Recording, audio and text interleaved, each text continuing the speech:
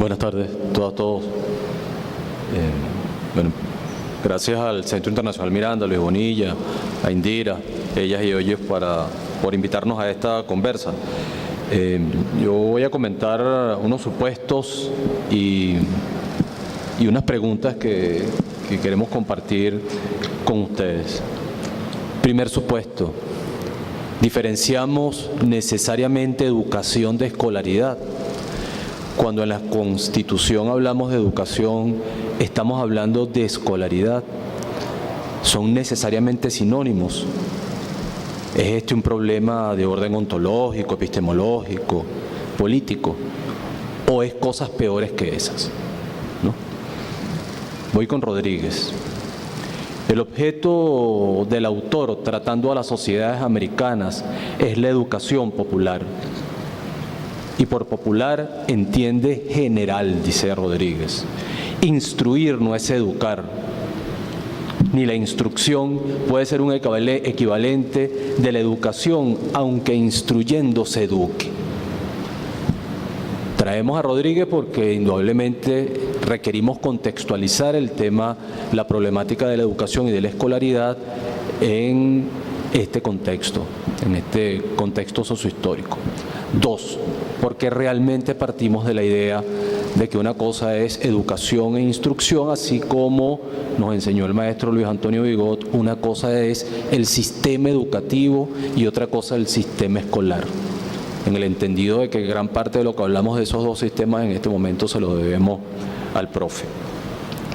Segundo elemento: si diferenciamos educación de instrucción, entonces, primer planteamiento, requeriríamos de unos cambios conceptuales en la nueva Constitución y una crítica necesaria a lo que la profe Belkis mencionaba. Yo me había traído mi chuleta marcada, pero ya la profe lo mencionó, los artículos 101 al 105, yo los englobo todos, de la Constitución. El Estado garantizará la emisión, recepción, circulación de la información cultural. Eso es educación. La educación es un derecho humano. Eso es educación. Toda persona tiene derecho a una educación integral, de calidad.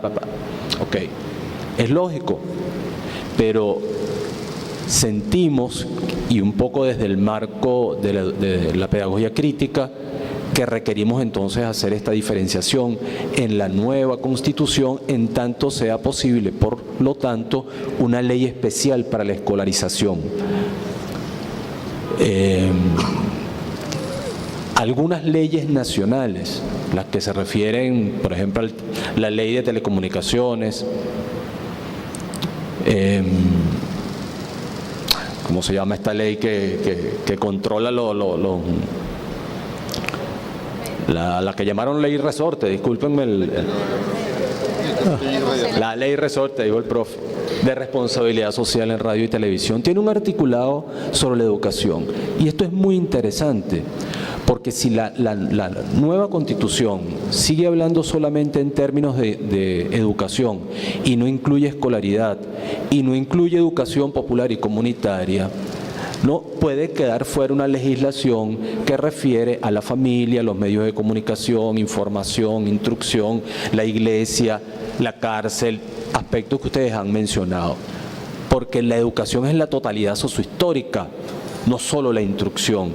Si nosotros caemos en la trampa positivista, yo particularmente lo creo así, digamos, no vamos a poder no solamente hacer la crítica a la Constitución actual, sino plantear una legislación que nos permita ver la complejidad sociohistórica de lo educativo, incluir cada uno de los elementos que ustedes han acotado, y particularmente otro planteamiento es la necesidad de hablar explícitamente de educación popular y comunitaria. ¿Por qué esto? Porque gran parte del desarrollo de la formación política, y ahí voy otra vez a la diferenciación entre educación y escolaridad, en la etapa previa a la Revolución Bolivariana se dio por la vía de la educación popular y comunitaria. Segundo, porque una de las carencias que hemos evidenciado y denunciado en el marco institucional y en el marco de la calle es, digamos, una escasa atención a la educación popular y comunitaria. En tercer lugar, ya que José Colmenares lo mencionaba, muchas instituciones del Estado tienen afortunadamente y por orientación del presidente Chávez un área, una dirección, un vicerrectorado de formación. Bueno, es extraño que algunos compañeros, sé que no es el caso de José, están castigados en el área de formación de algunas instituciones. Castigados, ¿no? Creo que es importante observar esto. Necesitamos entonces incluir el tema de la educación popular y comunitaria en términos de facilitar una conexión que la profe Iraida y el profe Zanoja mencionaban entre poder popular, educación popular y comunitaria y escuela. Es decir, no son cosas separadas, no están conectados. La necesidad de reivindicar, poner sobre el tapete, darle un rango constitucional al poder popular que trascienda más allá del puro enunciado del discurso y su expresión, digamos, en la escolaridad como tal.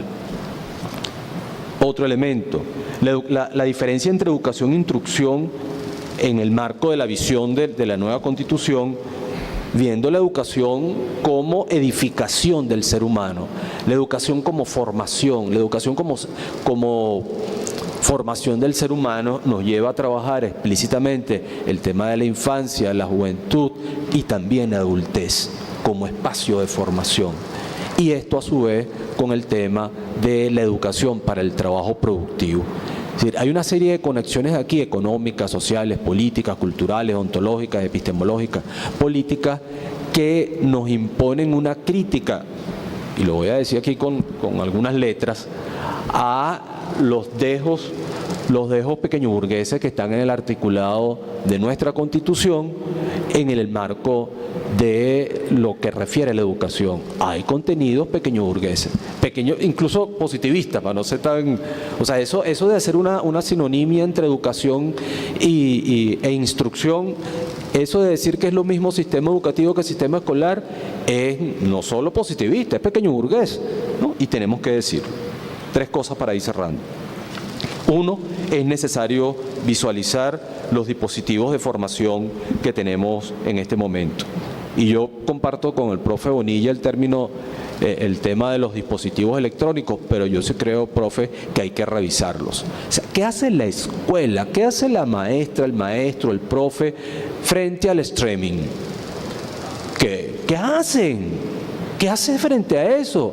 Entonces, bueno, vamos a ver una película, muchachos. ¿Vieron La Vendetta, por cierto? O sea, La Vendetta es una película, perdónenme, una película que se promovió, qué extraño, finales del 2012, principios del 2013, al año Guarimba. Para mí es una operación psicológica encubierta. Si vemos la estructura de la película, las mismas caretas de los chamos son caretas que están regalando en las guarimbas. El mismo discurso, es decir, no hay desvinculación. Otra vez educación popular y comunitaria. En tercer lugar, estos dispositivos de formación, yo no digo que en la Constitución, pero sí debe haber un establecimiento legislativo que nos permite el análisis crítico, políticamente crítico, sociológicamente crítico, filosóficamente crítico de los dispositivos escolares, ¿no?